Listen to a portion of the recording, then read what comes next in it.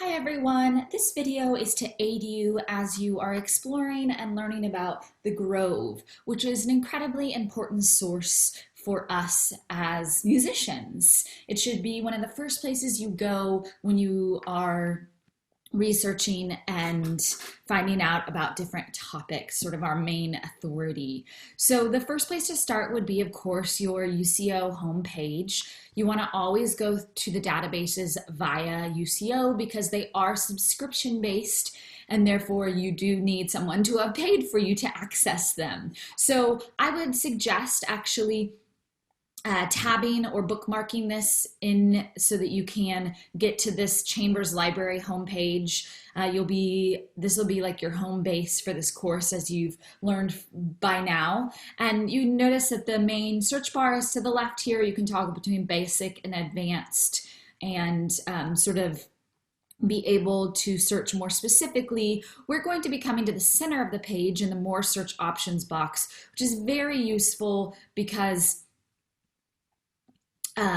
it is where we will get to databases. Now there's two options here. If of course you have forgotten how to do anything, you can go to tutorials, but you can access the Grove or Oxford Music. They are the same thing now that everything is online. So those names are sort of interchangeable.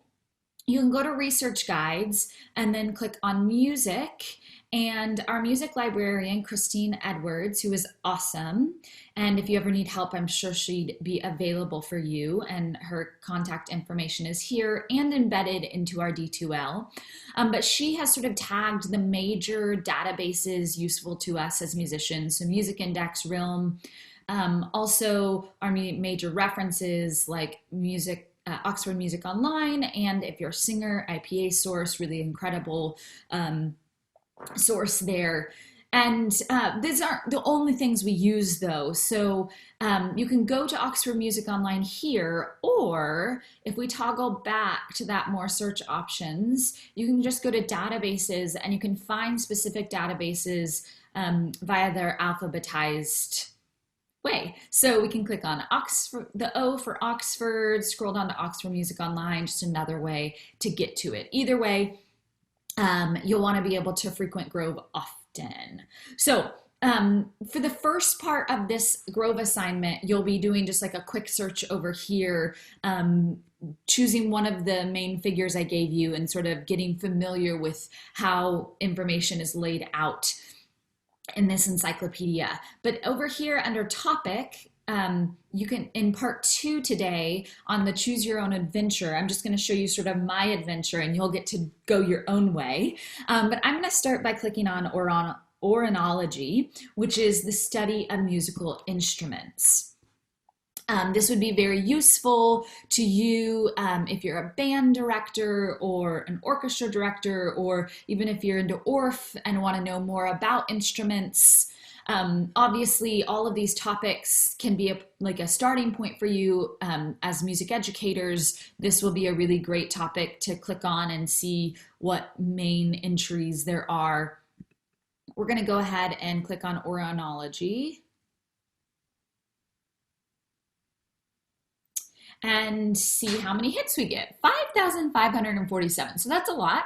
And anytime I honestly see anything over the hundreds, I want to add some sort of limiter or modifier that's going to refine it down to what I'm really interested in. So in this, you sort of have two ways you can modify. Over here, you can modify format, which this one isn't super helpful, but type at least. You could go to just a biographical article. Today, I am asking you to find 2 entries on a concept or a term.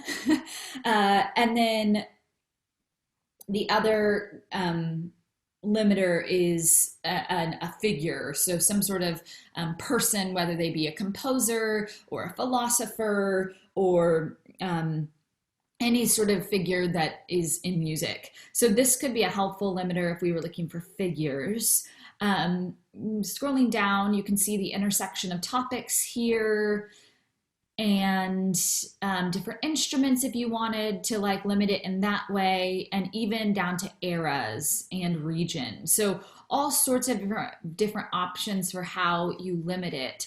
The limitation I'm actually going to put on right now is through the sort by, because as music educators in this field, it is really an intersection of social sciences and humanities. So we have the historical elements of the humanities, but that is coinciding and merging with and happening simultaneously with behavioral sciences and psychology, and you get this really great mashup.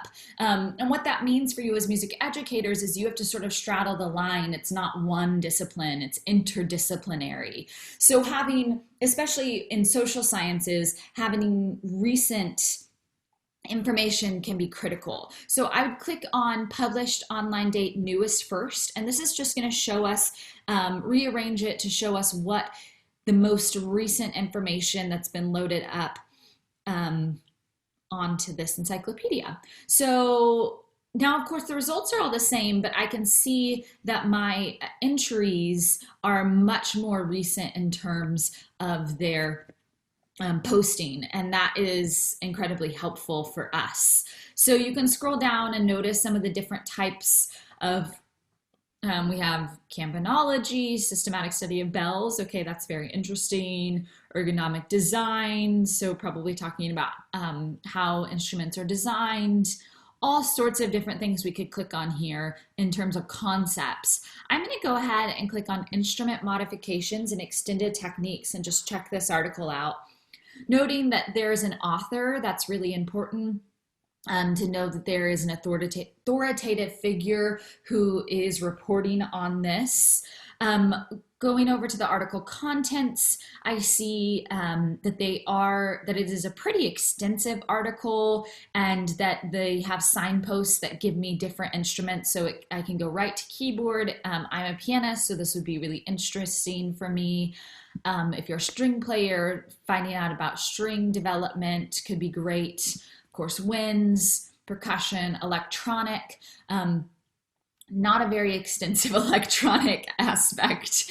I teach classes about electronic instruments, and it can last for 50 minutes. This may take less than 5 to read. So then clicking on bibliography, it's really important before you start to read any of the article to just take a moment to look at the bib. Does the bib seem extensive? Yes, it does. Absolutely.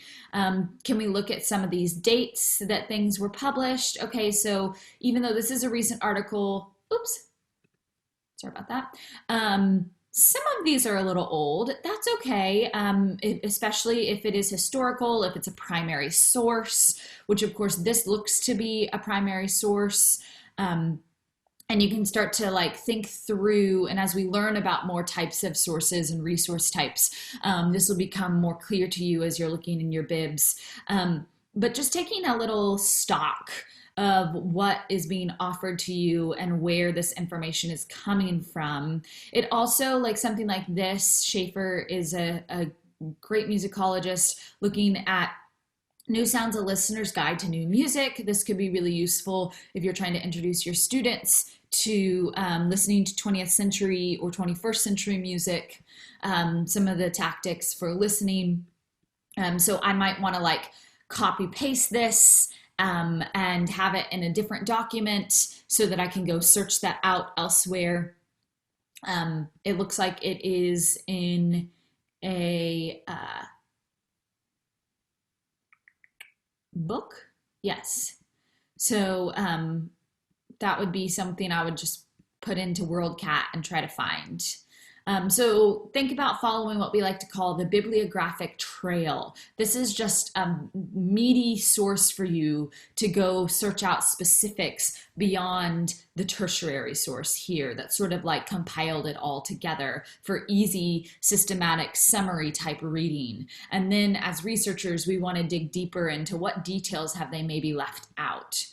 This could be a really useful one if you're looking at electronic music, especially since, and this one as well, since electronic music was really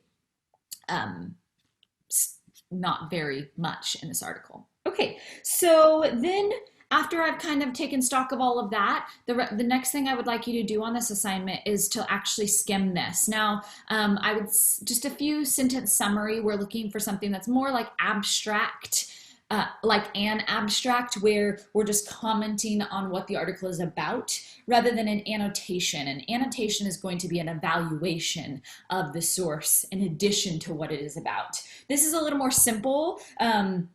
So I would definitely read the introduction and then say something like, in this article, it covers keyboard instruments, strings, winds, percussion, electronic, and then maybe go in and skim some of these and find out a few more meaty materials of what it is talking about and kind of build that in for your summary of this article. And you're going to do that 3 more times.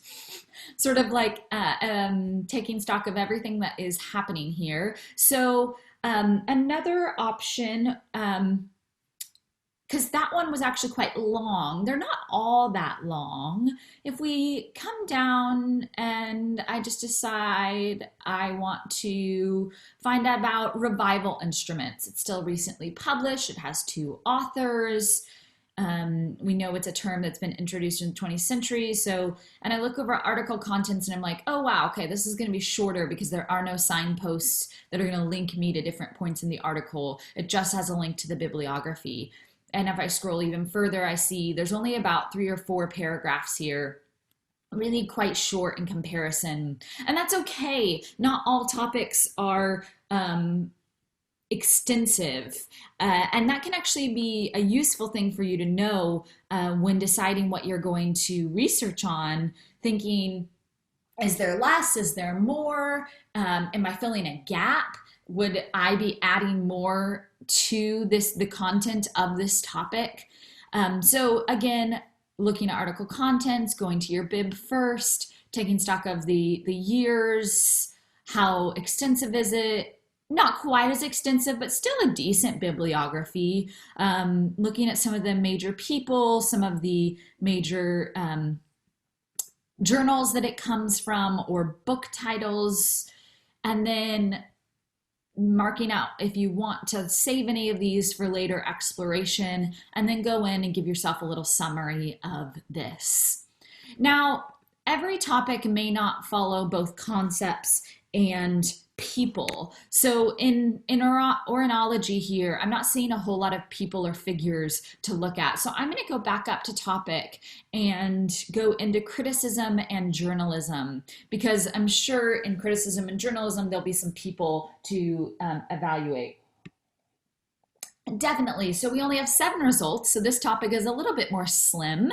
And if I scroll down here, I see that the major music critic of the 19th century, Robert Schumann, is on there. When I click on this, I notice Eric Sams, which as a musicologist, he's like a famous guy in our in our world, and a very, very important musicologist of the late 20th century to now. So I know that this is written by an authoritative figure. Then I'm looking over here and I'm like, okay, yes, absolutely. Quite extensive in terms of signposts. I can click in and look at any aspect of his life, very specifically down to the years, right? And with figures like this, we also will see their works cited list. This is incredibly useful because it's going to give you editions, if there have been critical editions that have been written on their works, and catalogs, any thematic catalogs. And then for someone of this level of intensity as a composer, it's going to break it down into different types here. So orchestra, different genres, chamber music, and so on and so forth. Just skim some of that, tag into your bibliography. We start to see in the bib, oh wow, very, very extensive. Tons of stuff here to go off of. Obviously, if you're going to write anything connected to Schumann, there's way too much for it to be a broad topic. You would want to use this bibliography and think, okay, what can I zoom in on? What aspect of this person do I want to learn more about and do I want to add to? And this bibliography is intensely extensive. So all sorts of primary sources, secondary sources to look at there. In something this long, your summary you'd have to sort of pick and choose what you wanted to talk about and what you experienced when reading some of this article. Obviously, you're not going to read all of this, that's insane, but do read some of it, maybe formative years, or maybe you want to go down and just read about his late styles and compare those two or something. Yeah.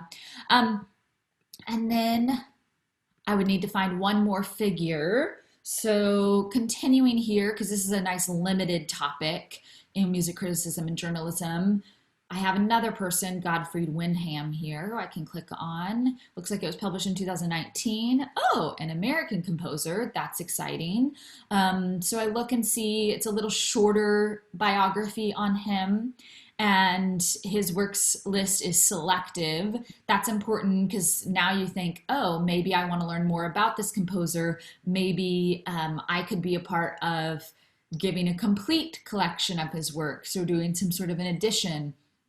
And then looking at writings, bibliography is not as extensive. Now, this is something we do see when we start to get into 21st century writing. I do write on 21st century composers in the operatic realm, and we are in the now, right? So it's not quite as historical, which means that we are adding to this bibliography and building it in this moment. So it's not a bad thing necessarily for the bibliography to be so slim, but it does mean that it will make for a little bit of a harder job for you as a researcher in terms of what resources are available to you. So have fun exploring Grove music. Get acquainted with this. It is an excellent resource to sort of like start everything, and to pop into every once in a while when you are wanting to learn more about this or that in terms of music.